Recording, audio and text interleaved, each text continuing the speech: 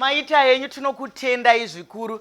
Takwigirai kwaziso kubva kuguta reHarare. Makadiko kwazimunya kumakomoyo. Aiwa tinofara zvikuru. Tauya nenhau yakanaka, nyaya yatakambotenderera tichiita tadzoka zvakare kuti tinzwe kuti shuviro dzenyu dzapindirana here nezvamuri kufunga. Pane zvakaitwa here? Pane zvamunoda kuti zviwedzerwe here? Vanhu vakati aiwaka, regai tidzokere kuvanhu. Tiri panyaya yeNational Development Strategy 1 yekuona ugaro hwevanhu hwakanaka. Regai ndichingamidze maministry officials vedu vari pano. Tinokuchingamidzai. Inzwai kumbundirwa. Inzwai kumbundirwa. Regai nditende zvakare zvakaperera kuna Mai Musabayana naMai Zimunya vatipa musha uno, vatibatsira zvakare nekukoka. Tinokutendai vana mai. Tinokutendai. Ehe. Pari zvino takupa vadare vedu mukana wekuti vatiudze mazita avo nekubasa kwavo. Tozobva tazopinda muchirongwa. Makadi zvenyu vatariri nevateereri, indoitwa Muzvare Matongera Mass Faith. Ndinobata ndiri kubazi rehurumende rinonzi Ministry of Public Service, Labour and Social Welfare. Tatenda. Tinokutendai nouvepo.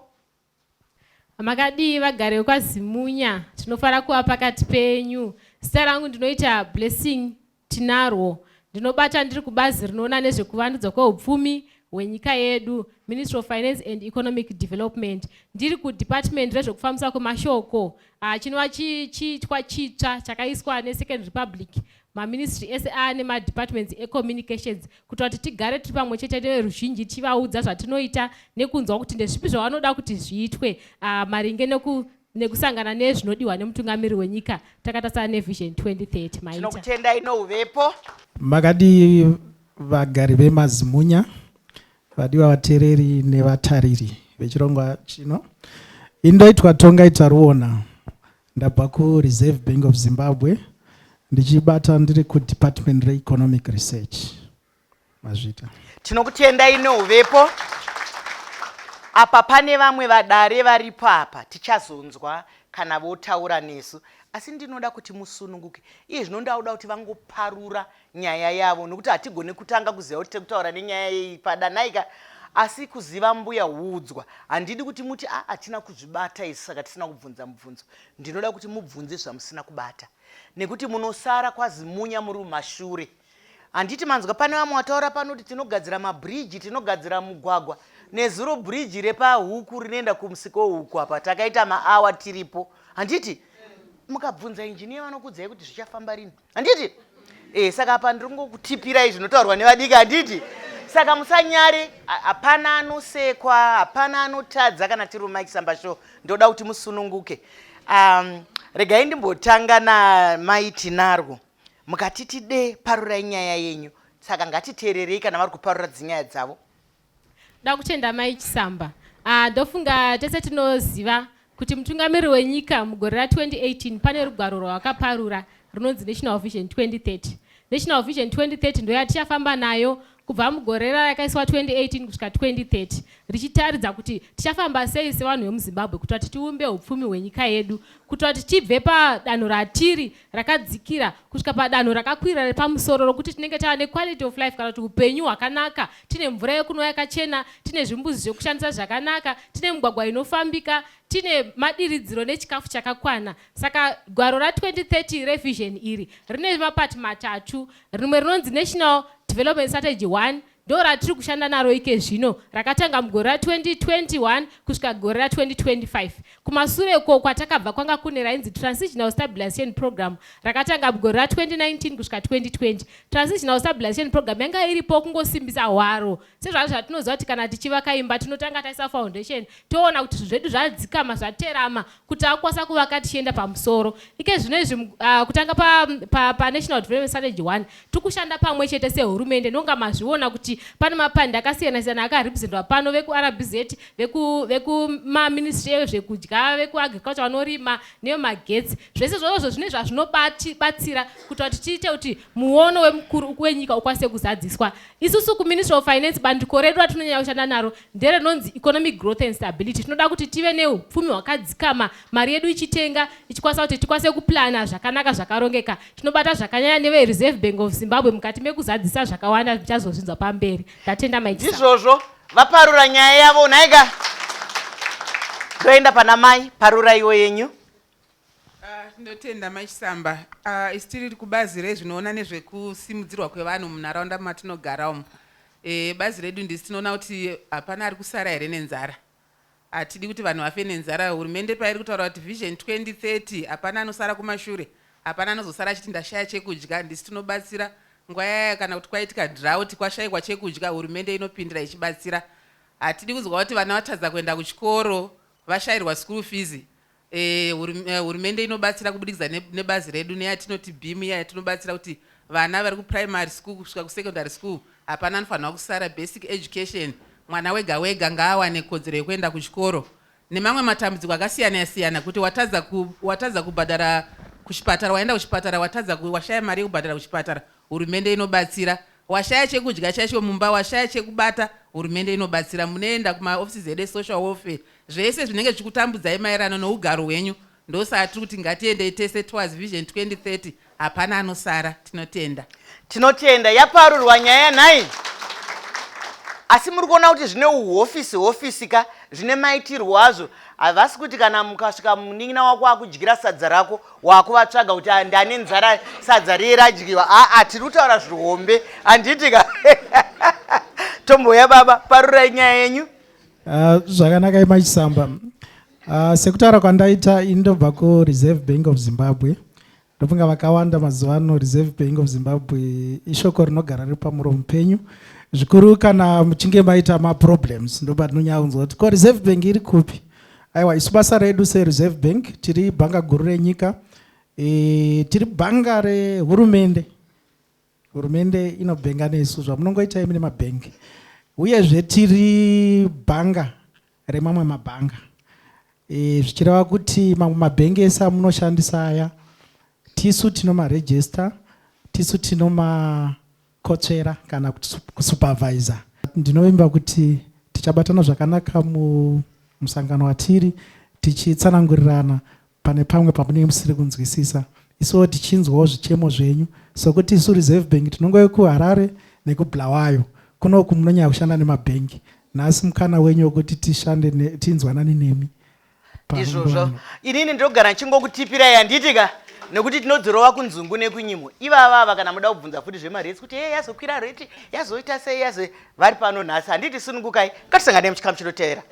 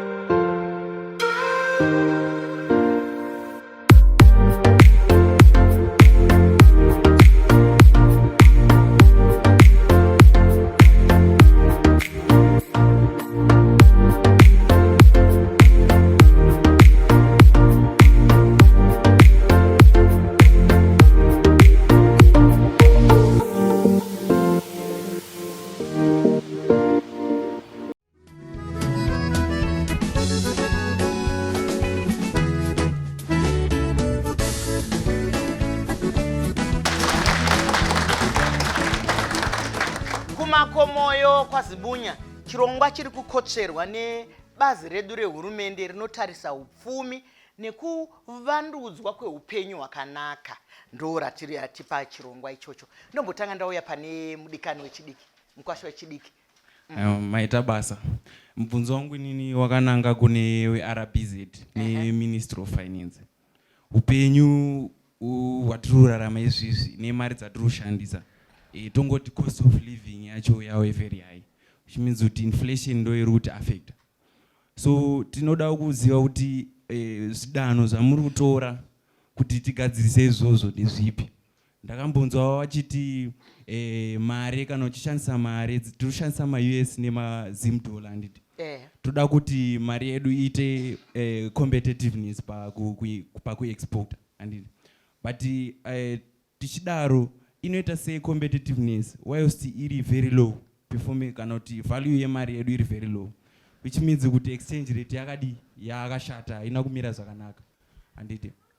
Saka toda kuziva kuti zvavari kuita iwo seministry neRBZ ndezvipi kuti tikwanise kunge tichiendera mberi kana kuti tive nechitarisiro yekuti zvichanaka kumberi. Ndizvozvo uyu mukomana anoti verenge uyu ndamunzwa ati Zimbabwe dollar. Vamwe havazive kana zita remari yedu unonzwa mabhondi ma-RTGS haisiriwo mazita. Muchire mukomana anoziva uyu. Mubvunzo vachapindura. Ipai baba vane mubvunzo. Chekutanga Ministry of Reserve Bank of Zimbabwe vakaisa ma-revolving funds kuma-banks so that vana amai vanogona kutora mari vachishandisa. But now ndichitanga kuma-youth zvavari kudiwa zvacho kuti vange vainazvo havasi kukwanisa kuita, and zimunya iyo itongori pipe dream chaiyo kuti pane zvavachaita vana vadiki hapana. Then ndouya zvekumadzimai, iyo women bank chaiyo iri kutora ages. Nditori nevakati one day vatakaisa kuti vatore maloans ikoko hazvisi kuitika. Even kuya kuasesa vanenge vasitori na logistics dzekusvika munzvimbo. Muzimunya hamuna chakadaro. Mibvunzo yakabatana vauchirei maoko. Ndakutora kuna Mai Musabaya natobva tatotanga kupindurwa. Ini ndinoda kuenda pamagetsi sezvo maona nhamo yataona nhasi inhamo yemagetsi. Ndaida kuziva kuti ndianiko watinombonoona kumahofisi ikoko. Ndizvozvo mubvunzo wakabata vauchirei maoko. Chishevedzero ngachiuye vanoda kupindura. Vapei? Mazvita. Tinoda kutenda amai nemubvunzo wavabvunza. Ndofunga mubvunzo wavo wakanyanyo tichipei zvawo. Dunhu rino iri reZimunya rinotungamirirwa neveZTTDC vanowanikwa mutown paMegawatt House. General manager wacho aripo anonzi engineer munoda wafa, asi ndinogona kuti ndizokupai madetails avo. Ivo vane vavo vavanoshanda navo vanozobata vari mukati menzvimbo inoyi. Saka tinogona kuzoonana after program tozokupai madetails. Thank you. Shoko akanaka emhinduro nai. Vanosvikika, vanotaurika navo, muvaone baba kana tapedza. Kuna baba Mashonganyika. Maite enyu Dr. Chisamba. Ndoda kutaura nenyaya yema facilities nekusa kunonzi kudi nekusagadziswa kwema applications kuZimbabwe Women's Bank ne-Youth. Chinoitika ndechekuti pamunoendesa ma-applications mabhengi anenge aine vanhu vanotarisa ma-application iwayo. Saka zvakadaro dzimwe nguva vanowandirwa, asi isusu hatitarisiri kuti hapana zvamuchose chinotadzika kuita. Saka ndinotarisira kuti vanogona nga vachiri munzira kuuya, nekuti kuno Women's Bank ndozati ine office mutaundi. Vanga muchiziziva here kuno? Zvakanaka, regai baba enderere mberi. Vanofanira kunge vachiuya. Then ye-Empower Bank ye-Youth kuti izvo vari kutadza kuti vawane mari iyoyo nenyaya yekuti zvikwanisiro hazvisi kuwanika. Regai nditaure ndichiti kazhinji chinosaka kuti zvikwanisiro zvisakwani nekuti hapana munhu asina chikwanisiro. Chinongoripo inyaya yekuti chikwanisiro chacho chii, ende muchaona kuti chikwanisiro chinoenderana nemari yauri kuda. Ukaenda uchiti uri kuda $100, dzimwe nguva uchatoona kuti hapana chikwanisiro chinodikwa. Even dzimwe nguva kana even 500 dzimwe nguva uchatoona kuti hapana chikwanisiro chinodiwa. But ukaenda uchiti uri kuda 10,000 pachaona kuti panogona kuda chikwanisiro. Tiripo ipapo zvakare kune rimwe bandiko futi reReserve Bank inonzi Export Credit Guarantee Company. Takasogadzira futi imwe scheme inonzi Credit Guarantee Scheme yekureva kuti iwe kana uchida chikwereto unoenda kubhengi raunoda, woenda ikoko voona kuti project yemukomana uyu inogona kuita mari, inogona kuzokwanisa kuti abhadhara asi hana chibatiso. Bhengi iroro rinoenda ku-ECGC wotenderana ikoko kuti aiwa kana mukomana uyu tikamupa mari akazi apinda dambudziko rekuti anogona kutadza kudi kudzorera, isusu tinogaranda chikwereti ichocho. Saka rimwe futi imwe nzira yekuti vechidiki even nana mai business madiki vanogona kudi kushandisa. Tinokutendai nemhinduro yakanaka vauchirema maoko. Ndiri kufunga kuti zviri kubatika, handitika zviri kubatika zvavari kutaura kuti kana uchinge waenda vanoda, nokuti mari manyatsotsanangura zvakanaka zvepamwe zvatisinganzwisise ini neveruzhinji kuti mari yekubhangi ndeyevanhu. Vanoda kuziva kuti unozodzosera here. Zvinongofanana nekumba kuti munhu ari kukukweretai zvinhu kumba kwenyu munomutemba here imi kuti anozodzosa, handiti? Saka izvozvo zvibatei. Ngatisangane kuchikamu chinoteerera.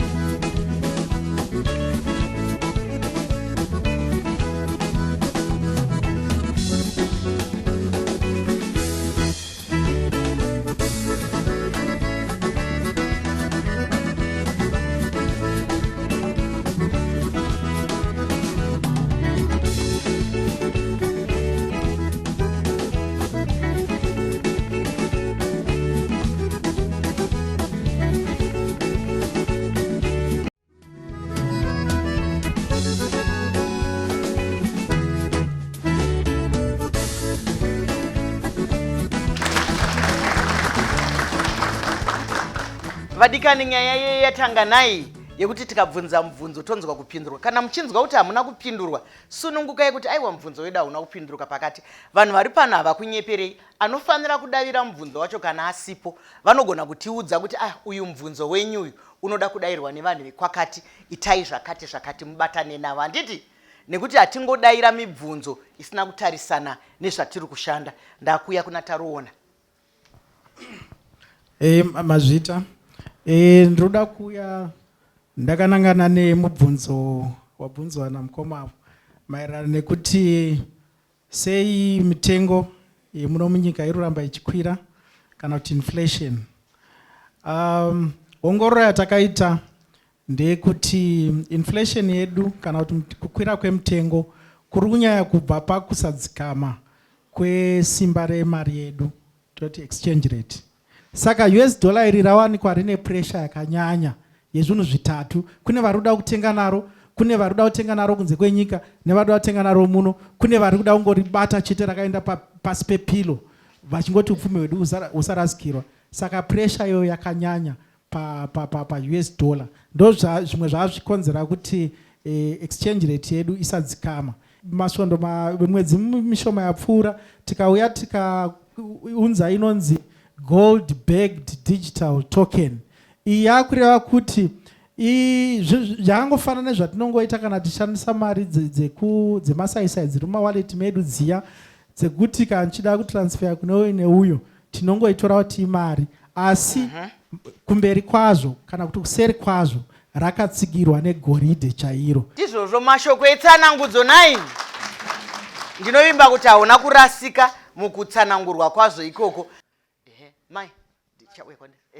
Mai Chisamba, ini mubvunzo wangu ndewe ku reserve. Vataura nyaya yemagold coin nechimwe chinhu chevataura meno zita racho ratonditadza kubuda mukana. Matoken. Izvi zvinhu izvi tinongozvinzwa. Ndaikuti mutijekesere kuti isusu sana mai musika nezvetinoita zvemasociety kuti tinopindawo papi kuti tibatsirikane nekuchengeta mari dzedu nenzira dzamataura idzodzo magold coin nematoken enyiwo pane kuti mari dzedu tisungire pasi pepiro mwemusi tazobirwa asi mune zvinhu munongokona kudzika pasi here kuti inini samai musika ndinobenefita sei kugold coin kana kuti muri kungoitira vana sakunda vari uko isichisara. Mabvunza mubvunzo wakanaka vauchirei maoko. RBZ mubvunzo uyo uri kubvunzwa kuti inini mukadzi womusika ndinokwana papi pamatoken ataurwa nataruona. Vaudzei kuti ivavava nemasa masociety nemusika vanozvibata sei. Zvakanaka Mai Chisamba. Chekutanga ndoda kukurudzira kuti vanhu vese veruzhinji ngatishandisei mabhengi edu kana tichida kuwana maservices ezvemari, nokuti mukaenda kumabhengi ikoko muchawana kubatsirikana zvikuru netsanangudzo dzichipiwa kuti ndezvipi zviripo kuchengetedza mari dzenyu. Isu seRBZ chekutanga chatinogona kukurudzirai kuti mari dzenyu dzisarasika, bvunzai vemabhengi yavo kuti vane maakaundi api ekusevha mari.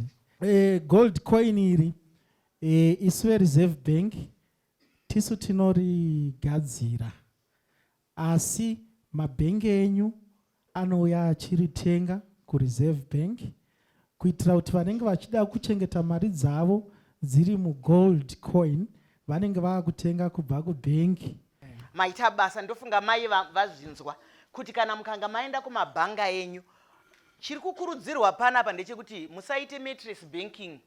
Endai kumabhanga enyu, ruzivo rwese ruri kupakurwa panapa kubhanga kwenyu kuriko. Mwamutare muno, mazimunya muno, mabhanga arimo. Manzwa vimbiso yapiwa panapa. Vimbiso dzinoitwa pachirongwa chino ndezvechokwadi. Isusuka tinokuvimbisai kuti ticharamba tichifamba tese nemi, tichadzoka zvakare kana Mwari vatipa upenyu neutano kuti tirambe tichikurukura nyaya dzedu tichinzwa kuti zvakazofamba ndezvipi asi munongoziva kana tiita zvinoendeka. Zvikuru sei tiri Mai Chisamba Show, chiringazuva chiya chinobva chatsuka chikakwata. Ndine urombo chiringazuva chabva chatsuka chikakwata. Asi regai nditende zvisina nemwoyo wese muri yemazimunya. Tinokutendai nekuuya kuzosangana nesi, tambosangana nezvimatambudziko asi maramba muri pano. Ndinotenda maministries ari pakati pedu, tinokutendai. Chiregai nditende vatyaira chirongwa neungwaru neuchenjeri, tinokutendai. Vakotsveri vedu veministry yedu tavatenda kare. Zvakadii kusangana zvakare. Svondo rinouya panguva imwe cheteyo. Tini wenyu Dr. Mai Chisamba.